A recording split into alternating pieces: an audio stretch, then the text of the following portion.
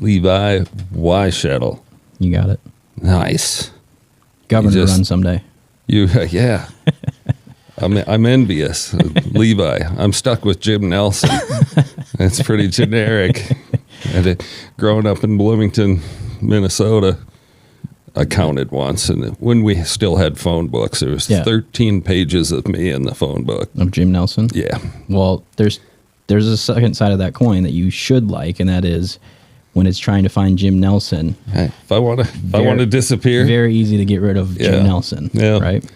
There is only one Levi Weschedel in the world. We've looked this up. Seriously, cool. I didn't find out till I was 22. Do you remember Levi Garrett Tobacco? Yeah. Okay, so I thought that my name had some sort of meaning, some sort of cool name that my parents found. My dad tells me, I think I was 22 or 23, that he actually was in a checkout line and he saw, when they were about to have me, he saw Levi Garrett and went home. All they did was change the spelling of Garrett, so I'm actually named after a pack of chewing tobacco. Really?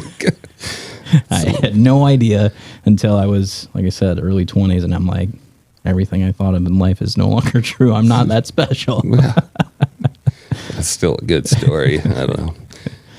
I do have Leo for a middle name, and that's my grandpa. That's like the unique part of my name. Named after somebody. Good. Tell me about your business. Yeah, so we're PXD Marketing. We've got a few different arms that we've extended into. So myself and my business partner, Tyler, we've been in the marketing game for the better half of the last 8 full years, probably closer to a decade now, with internships and stuff that we did during and after college. Both worked for corporate companies and realized that there's something missing in the local marketing world, and that was transparency. When you think about you building a brand, running ads, especially in the online space, there's so many things that are kind of smoking mirrors. You don't necessarily know what's what. You don't know what's working, what's not. And so we tried to simplify that by creating content that a business actually wants to be represented as. And so when you think of your online profile, how much of it is putting out what you want people to see versus what somebody else wants you to look like? And that's the key. So think about, well, let's just use, we're in a real estate office. Let's just use real estate, for example. Mm-hmm. How many realtors are really doing their own marketing well and did, let's use a market that wasn't the last few years where it was, basically show up and just be present, right? Yep. When you think about it, it's like there's a few that wanted to go the veteran route. Hey, I support veterans. I'm a veteran. Great. Let's start showing people that, and that's who you are. Mm-hmm. There's other people that have tried to flip and switch. There's the we'll pay cash guys. Yeah. The local guy that I respect, and he's always done it really well because he's always been there and said, hey, this is me. And he created a jingle, Corey Davis. Mm-hmm. I mean, not to plug another realtor on here, but since I was, middle school, I've seen the Corey Davis billboard.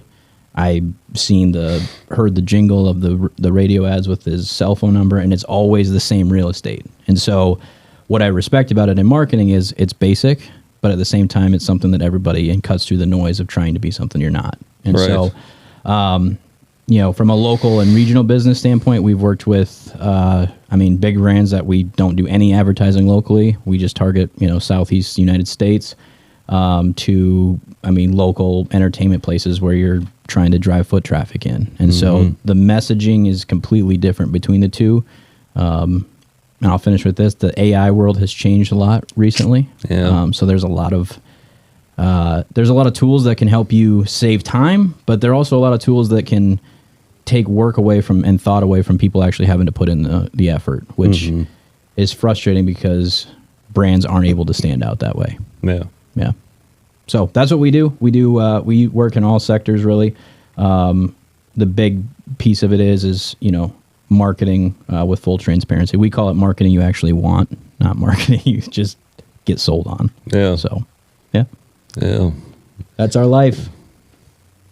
Half-hour visit with you guys today and found out how deep I was going here with just this thing. It's like no idea there's so much behind it. And you've done... I hope it simplifies things for you. Yeah. I mean, that's the goal is like, not to, and we joke about this. We're really bad at business because most businesses, when you think about them, there's always another way to make money. Like, oh, well, we can help you with that. Here's our hourly charge. Or, hey, there's this service you can do and we'll do it at this cost.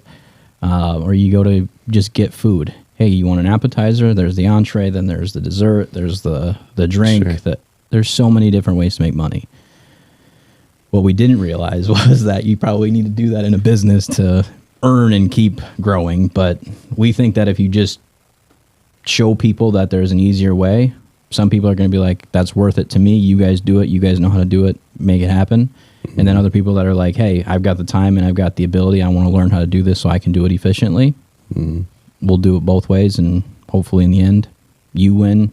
And then you have a good experience that you'll tell somebody that's buying a house or at a dinner conversation. Those are my guys. Yeah. So, yeah. Yep. Yeah, that's what I was thinking. Well, that's how I got connected to you. Yeah. How many people do you work with in this office? Like 3 or 4? 4, I think. Yeah. Yep. Yeah. Yep. And I never even knew this back corner was here. Yeah. You were never back in the penalty box. I wasn't, Yeah. but they, the real estate game, there's so many layers to it now. And you can't be everything. So it's just figuring out the things that you do well and, roll along. Well, part of that branding and doing this. So, everybody says, well, what's your podcast going to be about? I'm like, nothing. We're going to, if somebody has a business or is in sales, let's plug that. And then I don't care if we talk about puppies for an hour or whatever you're into, let's go. And the other kind of angle was, I remember when I was getting into the job world as a teenager, and, you're talking about branding and just being yourself. And I remember this advice from my dad about, don't talk about politics or religion. And I just kind of came to this point where, no, I'm just going to be me and not real popular. Who, if you look at just straight, white, patriotic, Christian male, yeah, I'm alienating half of the world right there just for showing up. So, and I just decided, heck with it. I'm Harley riding, gun shooting guy, and nothing wrong with that, though. No, that's So, not that I won't work with you if you aren't, but you know what you're getting. Yeah, yeah. I think as 2024 rolls, there's going to be a shift to the danger I think the society's seen was when you try to be something you're not, it's really hard to keep up. And on the flip side of that, when you try to be something you are, you almost feel like you have to double down on that, and that's who you become no matter what. Yeah. And I think there's a distinction. You got to go all in. Yeah, and it's like that's actually not how humans are, and never have been. Yeah. Like okay, did you like yourself as a teenager? Like if you went back, would you do all the same decisions you made as a teenager? Well, hindsight, no, but I don't like to think that way. I don't like to have regrets. No, I'm not regrets, but like, have you grown and be able to make better decisions as an adult? Of course, yeah. Okay, so why wouldn't we expect that of humans? To your point, being yourself. I think that's what people are scared of. Like business owners that we meet with and talk to, it's like, well, I don't really want to be part of this brand. I want me to be separate. It's like, yes, there's that, but also people need to see or hear of some sort of who you are, because that's why people are doing business with and how you get new business, right? Right. And so I think that shift is going to happen here this year. I think it's already started. People are the woke mob, is becoming less of a mob and being realized like this is really hard to keep on the same face for this long, and vice versa. The flip side is like, the other side is like, hey, let's just get back to some sort of like just normal human beings and just, individuality it's huge. Yeah. To do anything else is going to be, it's just fake. It is. Yeah. And it's harmful because like I said, you can't keep up with it. Like there's as much as you think you can handle, well, this is what I'm doubling down on. You can't. Yeah. So, yeah. Curious from an outsider perspective, what are some of your interests? You mentioned Harleys, guns, politics, religion, whatever. What else, from a business standpoint, what's one of your favorite things that you get to do on a daily or weekly basis? Just working with people. Love that. Just the face-to-face stuff. Building those relationships. That's what my business is all about. So, you mentioned stories. Tell me about some of the stories and how you incorporate that into work. Like you're like stories are the thing that bind. Yeah. Well, it's almost like pick a topic. I probably got a story, but you mean business related stories or either real estate's business and personal, right? Yeah. Well, yeah. I mean, it's like personal relationships, understanding what people are looking for, but at the same time, it's, you're selling, but you're more or less communicating the, maybe I should just ask you, have you found that real estate's much less of a hard sale like it used to be and much more of helping people craft their story or putting them in that? Yeah, the basics has never changed by my observation. It's really, in like any sales, you have to find out what somebody's motivation is. Mm-hmm. What are you trying to accomplish?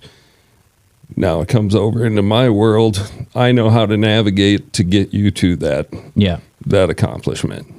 Yeah. I just feel like it's not like it used to be where you walk into a house and the realtor's like, it's got a great floor plan. There's this, they're talking about all the things that you already see and feel. And it's much more of,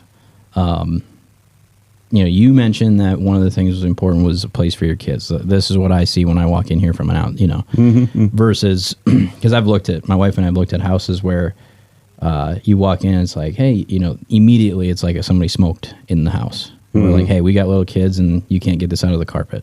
Well, hey, we'll look past that. Let's just, I'm like, I don't know, like, let's just not even continue because we already know this isn't going to, first impression's done. Right. And you can't oversell me on that. But little things, I don't know, I just feel like the story has shifted from features and benefits of this house to, all right, like you said, what are your motivating things that you really care about? And then let's go find what's that. your vision? I asked a client some time ago, just basically that, what are you trying to accomplish? What do you want? And a lot of agents don't think to do that. It's like, you're just going to give me the blueprint of how to do this for you. So this guy he's always in an apartment. Okay. Up until that point, he said, I want a garage that's big enough so I can get a chest freezer because I want to learn how to hunt and I need some place to put the meat. It's like, that's the way he answered it. I was like, I'm your guy all the way down the line. So found him his house.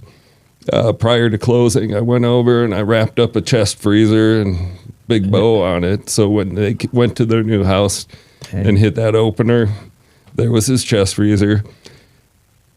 Taught him how to hunt, took him on his first elk hunt, duck hunting, the whole deal. And that's how I get referral business is just going that extra step, listen to people. You create a whole experience. Made his little dream come true. Mm-hmm. Yeah. That's wonderful. I've never heard of anybody doing something like that. Super Usually it's satisfying. A bottle of wine or a gift card and say, I'll tell you what, his friends or family used another agent. They got chewed out. Yeah.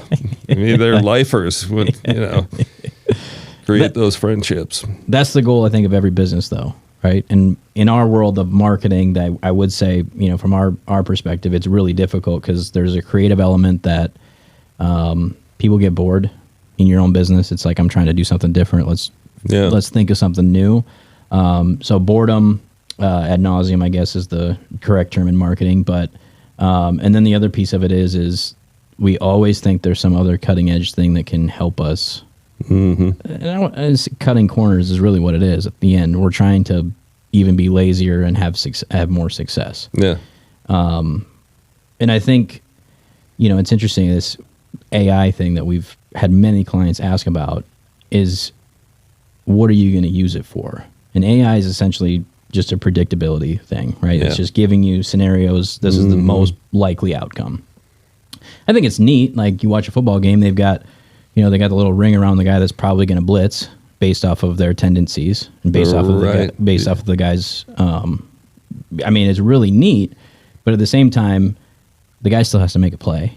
Yeah. The guy, you know what I mean? There's still processing and thing that has to happen. And so if you use it as a tool, it can be something that will help you accelerate the things that used to take 10 hours, and you can do them now in 2 hours. But I'm curious from your perspective, of having lived life and a lot of experiences, even though you get all that time back, are you adding more things to become more busy to the point of being overwhelmed? Or are you like, you know what, I really enjoy all this new freedom I have? Well, the freedom thing is a big deal. Part of why I like this business is that last winter I actually speared a couple of fish while I was on the phone and doing a real estate deal.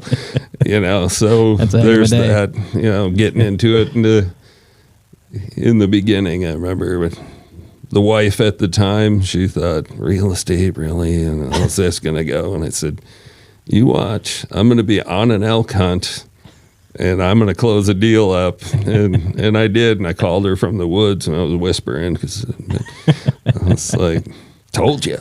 So, the freedom part's a big deal. Just, my goal is signed behind you. The only goals I have right there: experience, adventure, and spread joy. Okay. And I can't break my goals down any better than that. I've tried over the years, and it's always the same formula. How much do you want to make as a real estate person? Sure. How much do you want to make, and how much prospecting do you have to do? And to get an appointment, and you break it down this way. And I can't do monetary goal like that. It just doesn't work for me. It's not motivating. What works better for me is get out, and it's all about making those relationships, having adventure. This is adventure to me because this is all new. Yep. And if I can, make somebody happy out of the two things I do, great. There's the two things. Adventure and joy. Do you think that's where a lot of holistic, political, religious, every gamut going into this question, you think that's where people are desiring? Is that exactly what you're talking about? Like, it's become so saturated in what we consume that the joy and adventure is almost lost because it's constantly, you're mentally not there. Physically, you might be on an elk hunt closing a deal, which is awesome because you're there. But at the same time, you get back. If you have, right now we have 3 cameras set up, a couple of phones rolling. Like, there's so many things that are being documented and essentially there for history. But how much of it do we really go back and, care about? So I think what you're talking about is exactly what every human is desiring, is adventure. I think so, but they get sidetracked by just the money. And what a dead end road that is. Yeah, there's got to be something deeper, a little deeper behind it. Yeah. It sounds like you create that with a lot of the things you do already. Crafting, a bow and arrow in a freezer for a guy, that's a huge deal. And it's not, hey, I gave him my whole commission check. I think people want to see that though. Especially over the last couple of years. Have you seen a shift in buyer personality, buyer temperament, I guess, of expectations of realtors over the last couple of years with how the market has just been essentially show up? It's changed a lot. The market's changed in the way people pursue it and the buyers. when it gets down to it, it's all the same kind of blueprint, though, of, gets down to buying a place. Really good to have somebody on your side that knows what they're doing. I've heard that so many times that, I've purchased my own homes. Like, really? I'm over 500. Yeah. Do you want to compare experience? Try and lay out a scenario I haven't run into. Yeah. But a lot of it has changed in that I had a big break in between where I was out of real estate for a while. The broker level, educated in Denver. I built my business on open houses. Did really well with that. That's how I built my client base. Coming here and having that little break in between and not experiencing this shift that happened, and then just jumping in at a whole different time. And I thought, naively, you could drop me in any city at any time, and I'd duplicate that and be 90+% referral business in my second year, like I was when I started. And I think these are cell phones now. What they are, somebody can follow my open house signs, look at that address, punch it up, and take a tour right there in their car. So, it's changed, and part of that's you're jumping into social media and getting out there. Definitely did not want to have a real estate podcast because there's 3 million of them and they're all freaking boring. So, unless who's going to follow you? Other agents? Yeah. And the people out there in the real world, they don't care. Real estate is boring unless you're in the market. Right. So, say, let's talk about puppies or whatever you're into, and my business comes up, and you can. So that's roads lead back to me. That's an interesting thing, because that's one thing that we try to show clients is that there's a certain amount of topics that you can cross over and either, like you mentioned, polarize yourself politically, religiously, however you want to put it. Yeah.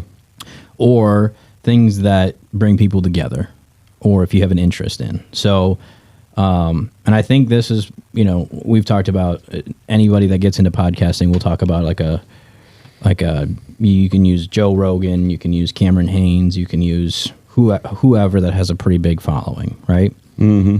And when you think, why are they successful? Well, Joe Rogan's got, TV producers that he's worked with. He's hosted shows. He knows how to handle a conversation. He knows how to lead a conversation. And he had connections to be able to get big people on. And then before you know it, things take off. But like a guy like a Cameron Haynes, are you familiar with Cameron Haynes at all? Big hunter, bow hunter. No. Was this the guy who kind of mentors Rogan? He's buddies with him. I don't know if he might mentor him on the bow hunting side. Yeah, probably. Because he's relatively new to hunting, but Rogan is? Yeah. So got immersed into it. So Cam Haynes is like this bow hunting, famous for bow hunting and running. He runs essentially a marathon a week and has his own place, but he always had his own job. He worked at like an electrical company or something like that. But anyway, what I was getting at is they connected on a common issue, right? The two probably don't ever connect unless it was hunting, bow hunting specifically, right? So when you create content, whether you're a business, a real estate agent, an entertainment park, car dealership, the content's got to be something that, like you said, nobody cares about real estate unless you're in the market. Yeah. Nobody cares about the car market unless you're in the market. Yep. Right? Yeah. Nobody cares about milk prices until they have to go buy milk. Mm-hmm. So what are the things that it's all those outside things. How do we connect with a farmer? Because farmers are going to connect with anything farming because they want to know what's going on. How do you connect with another man? Could be maybe it's a parenting thing. Maybe it's hunting. Maybe it's sports.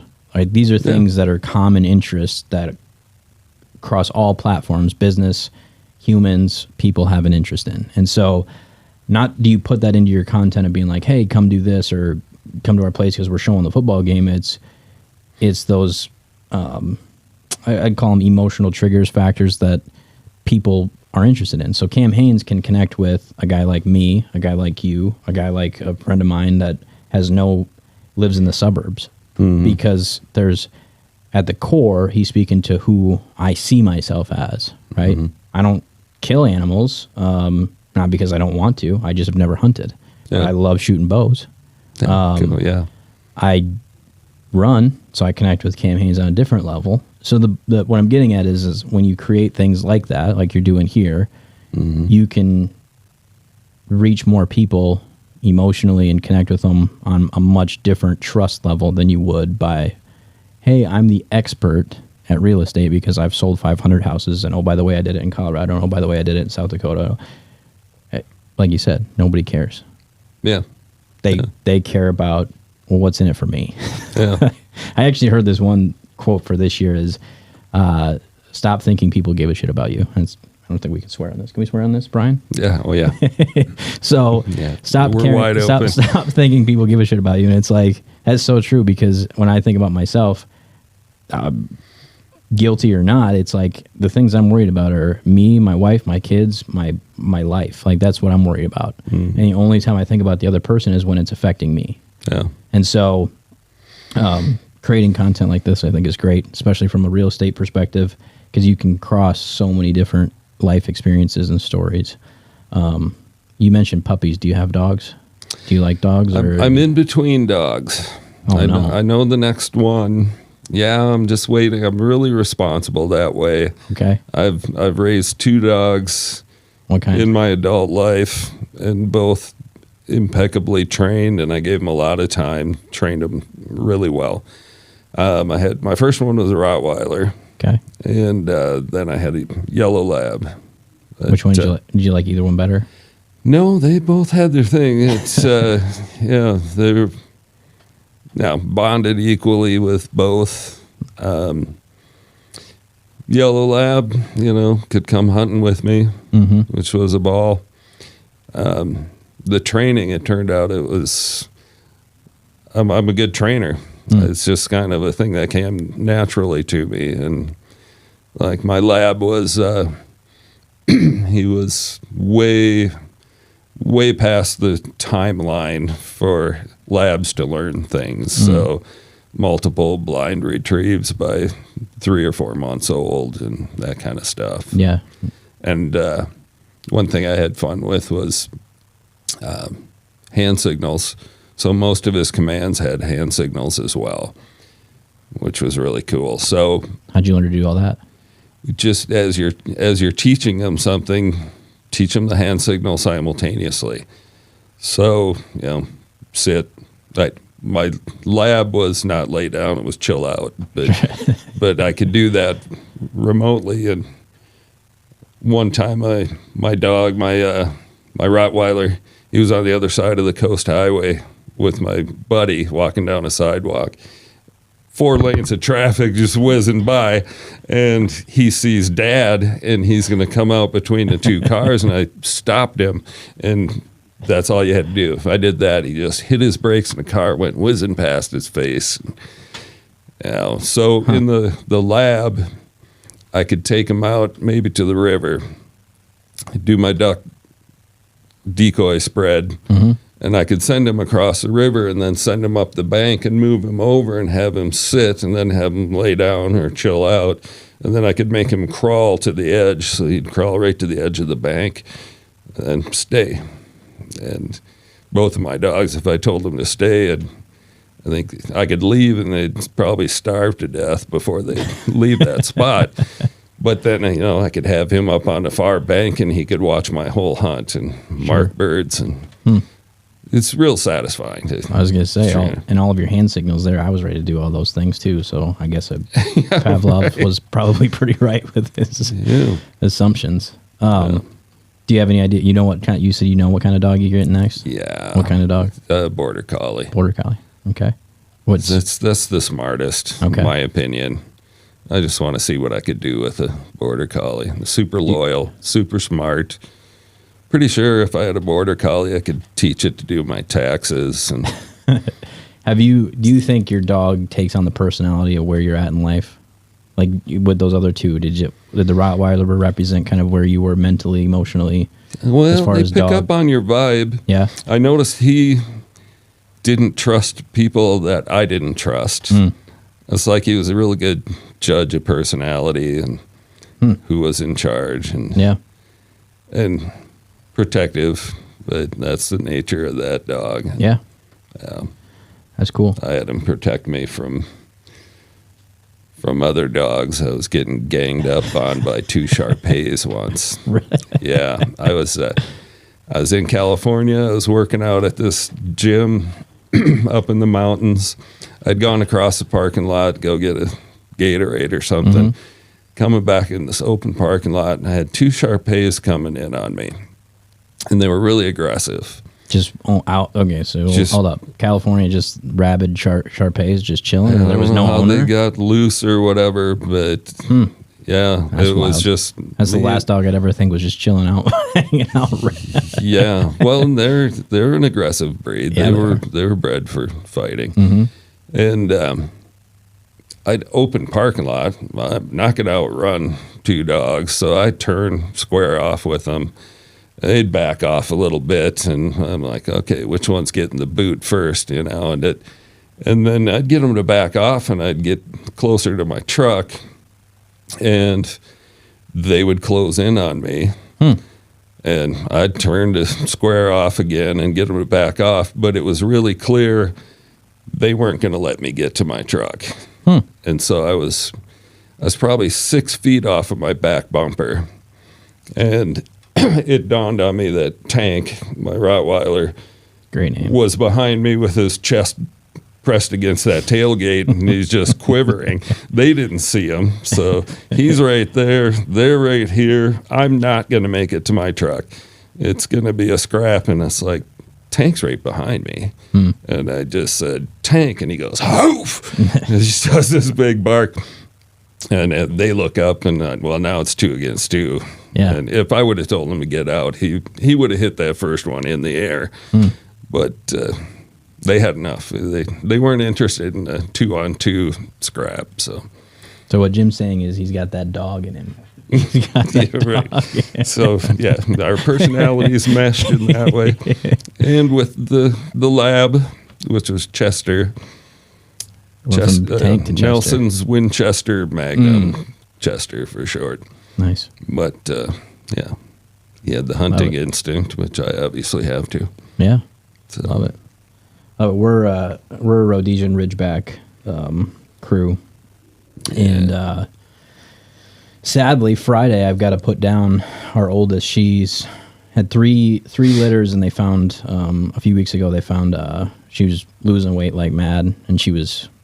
She's older and not that old, but 7. And she's like my wife. Like you talk about your Rottweiler, she's like, that's what she is to my wife. And so just changed demeanor, and they can't find out they tested everything. I mean, I don't know how many, couple $1,000 we spent on testing, and couldn't find anything. And it's her red blood cells just aren't, they produce and then they immediately like die and get fragmented by something that's in her system that's eating them. So this Friday we've got a scheduled time to put her down. So that'll be pretty tough, but we've got a couple. always is. We've got a couple others. So this will be the first, I guess, loss from a pet standpoint. But Ridgebacks, and I'm at the point where I'm like, Ridgebacks are great, but they're such a purebred dog that they do have a lot of issues because there's so few breeders across the country. Texas is about the only place that everybody stays away from because it is they have a lot of malpractice with Ridgebacks, but everywhere else, actually, it's funny.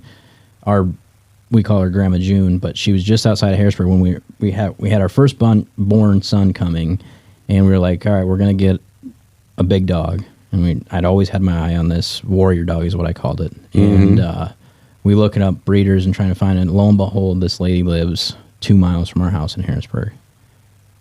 before we know it, she's like, here's, who I am. And shout out to Grandma June, because she was awesome. She still is. She's in Montana, though, retired and enjoying life. But coincidentally, pretty much, she was the breeder for pretty much anybody in the northern half of the United States for Ridgebacks. And so had a year later, I'm at a job, and my boss is like, yeah, I got a Ridgeback as a dog. Lo and behold, it's one of hers. Another guy starts at the company. He's actually from Colorado, just outside of Boulder. He's like, yeah, we have 2 Ridgebacks out at our hunting property. Where'd you get her? He's like, pulls up the name. Oh, it's June. I'm like, you gotta be kidding me. So kind of neat to see how small of a circle it is. And groups that are out there. My wife posted, something in a Ridgeback group that we're a part of, and people were willing to, hey, Venmo you some money to help with the cost of the test, and you got to figure this out and that kind of thing. So dogs are near and dear to people's hearts, and if you're a dog person, man, they're never easy to put down. You can think you're geared up for it. Oh, I know. No, we're not. But what a cool breed. We can talk about a fearless. Yeah. I mean, they're lion hunters. Yeah. Yeah. So when I asked that about like your stage of life or where you're at kind of mentally or taking on your persona, that was part of what kind of drew me to him. That was been kind of how I saw myself and how we saw our family. And so I feel like we're transitioning a little bit, because it's not that I don't ever want one, but we'll be in between, at that point. And so it's like I started researching other types of breeds and dogs that I've liked across the time, and it's like, I think it's interesting, the softening. It's very like bold and fearless and protect, loyalty, all that kind of thing. That's kind of what Ridgebacks are. And now it's much more like family and tender and love. With little kids. And so it's like, oh, you know what? Maybe the golden retriever life really isn't that bad. But most people don't put that much thought into it. Well, you naturally do it. It's funny because my parents, they had a dog once, and it kind of took on the persona of my mom. And then now they're empty nesters, and the dog that they got is like a mixture of my dad and both of them. So I think we naturally do it, or like we're naturally attracted to people or situations that fit your, fill your cup and,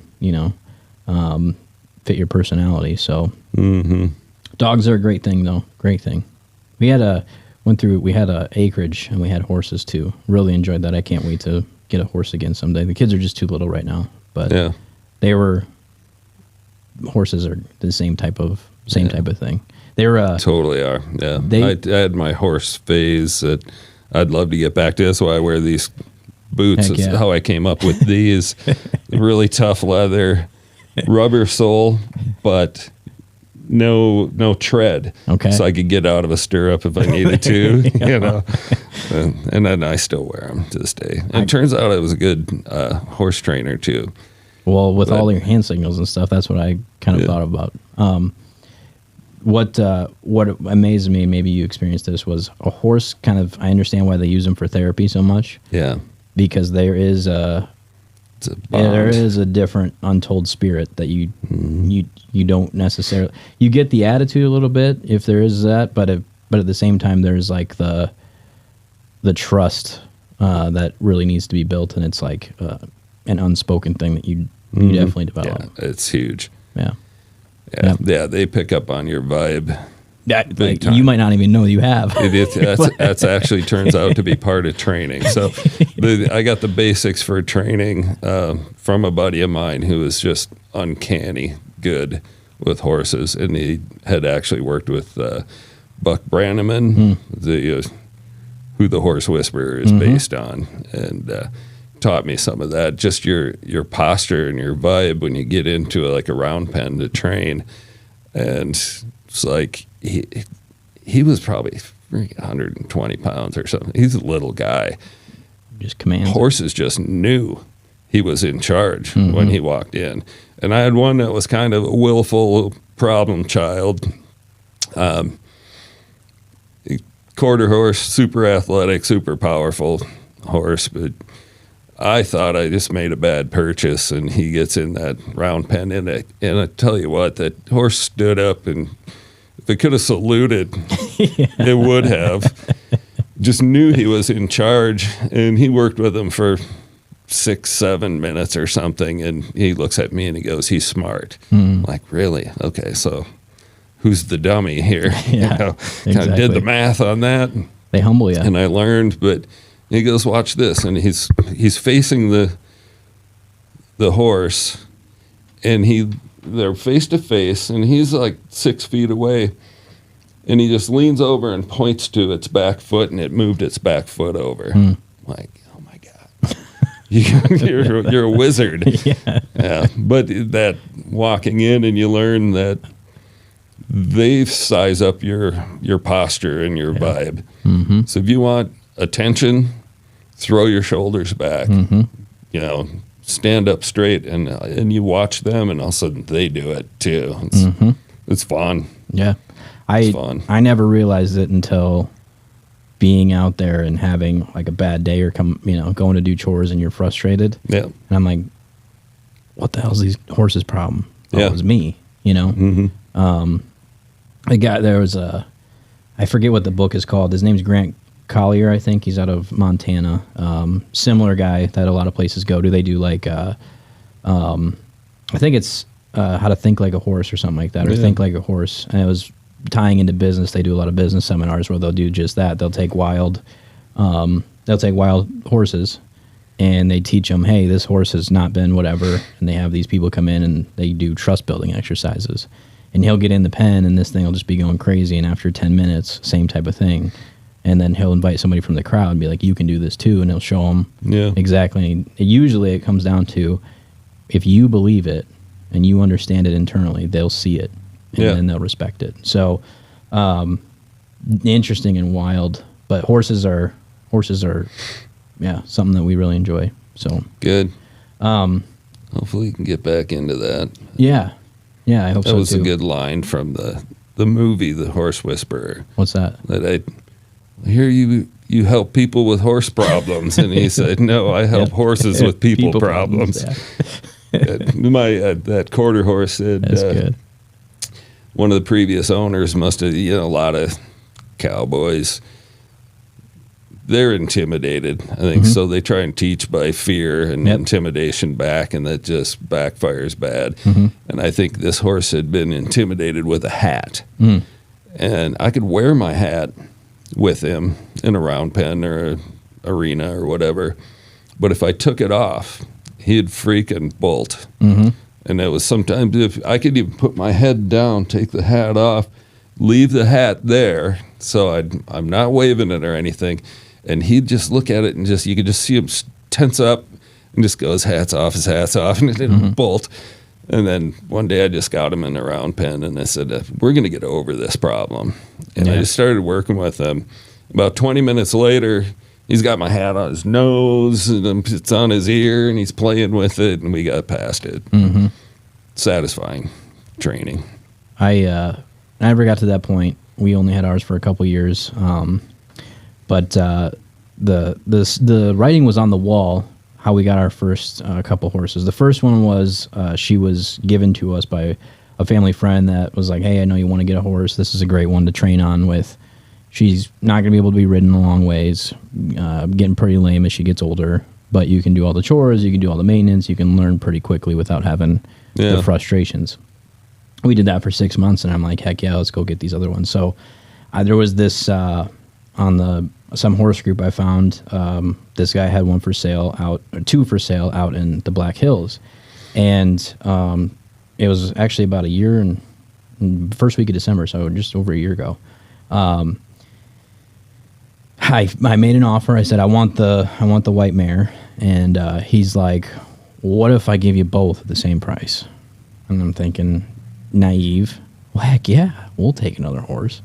So it was Babe was the one I wanted, and Trigger was the other one. And he was, what do they call it, an Appaloosa or forget what the mixture was. But anyway, we get out there, and on the way out there, I had my two boys, which were 4 and 3 at the time. We drove out real early, had my brother in the front seat, and my brother didn't have a seatbelt on. And I kept telling him, it's a foggy day. I was like, put your seatbelt on, put your seatbelt on. And he said, we're good. Don't worry about it. Just in case we get in an accident, I don't want to set off the airbags. He says that as we're about to Mitchell. We hit the Vivian exit, and it is bowling pins of deer in the middle of the road. Got a horse trailer on, no horses in at this point, and I absolutely crush one. Thankfully, he didn't have his seatbelt on because they hit the airbag sensors, and so if he would have had a seatbelt on, the airbags would have went off, and it could have actually been a heck of a lot worse than it was. But anyway, so that should have been my sign, get your ass back home, because instead, I'm like, we'll just bend the fender and we'll keep driving. So we get out there. This was the second sign. You probably should just turn your ass back home. It's, the guy that invented, or I guess perfected, the airport turn belt with baggage, sold all of his stuff to the airliners or whatever, to the airports, his patents and stuff, and he bought 60,000 acres out in the hills. Well, he has cowboys that live on the acreage and manage a certain portion. The guy that was selling this was a cowboy that was moving back to the West Coast. And again, as I'm sitting there, my brother's like, don't you think some of these cowboys on this giant ranch would have wanted these horses? And I'm like, that's a good point, but you know what, we're going to ignore that. And he then, he's like, all right, yeah, so they load great, they eat whatever, and I seen he had been giving them really heavy alfalfa. And any experience I have growing up, anything I'd read, anything I'd already been told, alfalfa is kind of a hot thing. So you probably should, if they've had it, beware.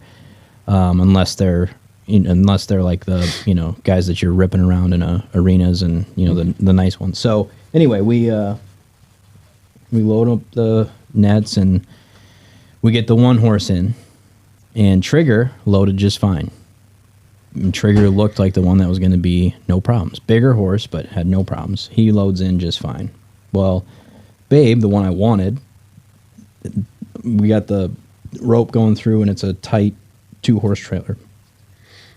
Excuse me. My brother's got the rope in the front, and she rips her head back and gets spooked because the board on the bottom of the trailer made a noise, and she spooks, rips it, about took his hand off. He still gives me crap about it, and takes off, and she headed out into the wild, wild west of the Black Hills. Trigger decides, hey, she's gone. He starts throwing a fit. Yeah. Does the same thing, takes off. At that point, we should have just been like, all right, thanks, we're actually going to pass. We're out. Yeah. Unfortunately, that didn't happen. They called up a couple of other cowboys who went out there Wild West style and roped them and brought them back and helped us get them in, and we got them home and stuff. But once we got them home, I realized the same type of thing. It was certain things that each one had a tick that they must have just been either worked hard or just whipped and taught, the tough way. So Babe was turned into be exactly what I thought she would be. I rode her, no problem, had no issues. Trigger was not that. My wife actually was riding him, and we were going with a lady that had a big arena that we would ride a couple miles from our house. And one day she's doing the circles. We did all the prep stuff, and we got a third person that's sitting there kind of watching and managing it. And all of a sudden, she did one of those things that must just be a signal. She put her hand up like this, and for whatever reason, he absolutely lost it. And from that point, kicked her in the face, threw my wife off, and from that point, we were like, yeah, you just can't trust him. So he's now, I think, out and went to a rodeo guy we had as a mutual friend, and he's now out in Montana working. So he's back where he needs to be. But Babe is with one of our old neighbors, so we still got to go see her. But anyway, long horse stories for a different time, I guess. But speaking of, there's the cowboy right there. That's wild. Wow. So, yeah, horses and dogs. You said horse and dog stories. There we go. Yeah. There we go. Perfect. So, I appreciate you having me on. Well, thanks for your time. Yeah. I hope this thing takes off. I would love to be a guest again or have my business partner, Tyler, because he can speak a lot more energetically. Wow. He's the energy bunny. Yeah. We're set up for 4 if we need to, so. It's good. It's good. And I party out of it. I think there's a lot of conversations in the Sioux Falls and South Dakota market that should be being had instead of like you said, more real conversations, stories that happen that aren't necessarily meant to create buzz, but more or less create connection. Yeah. So. Oh, endless. Yeah. Okay. This is totally unscripted. And look what we did in 40 minutes or so. Go. So, yeah. Yep. Yeah. Well, thanks for your help today, too. Yeah, no problem. Gave me hope. As a Packer fan, hope is a dangerous thing to me, but but we always have it. Yeah. We always have it. Well, I'm No, from we have love now. Minnesota, so. We have love now.